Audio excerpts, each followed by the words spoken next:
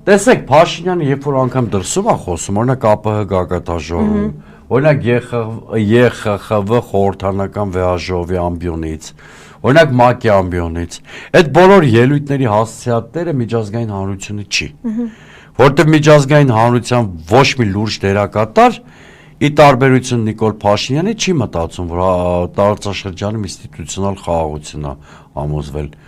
Միջազգային ոչ մի լուրջ դերակատար 100%-ով վստահություն չունի, որ այդ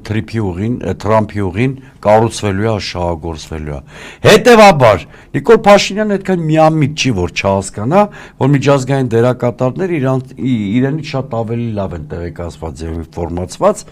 ինչ կարող է տեղի ունենալ մեր տարածաշրջանում։ Հետևաբար այդ ելույթները Նիկոլ Փաշինյանը թեև արտաքին ամբիոններից ունենում են ներքին լսարանի համար իր ներքաղաքական օրակարգը կամ համատեքստը սպասարկելու համար։ Սա է դասական դեպքն, հա, որ արտաքին քաղաքականությունը Նիկոլ Փաշինյանը ծառայեցնում է ոչ թե երկրի անվտանգության ամրապնդմանը կամ երկրի արտաքին քաղաքականության դիվերսիֆիկացիայի խնդիրը լուծելուն, այլ իր ներքաղաքական մերկանցիլ շահերին։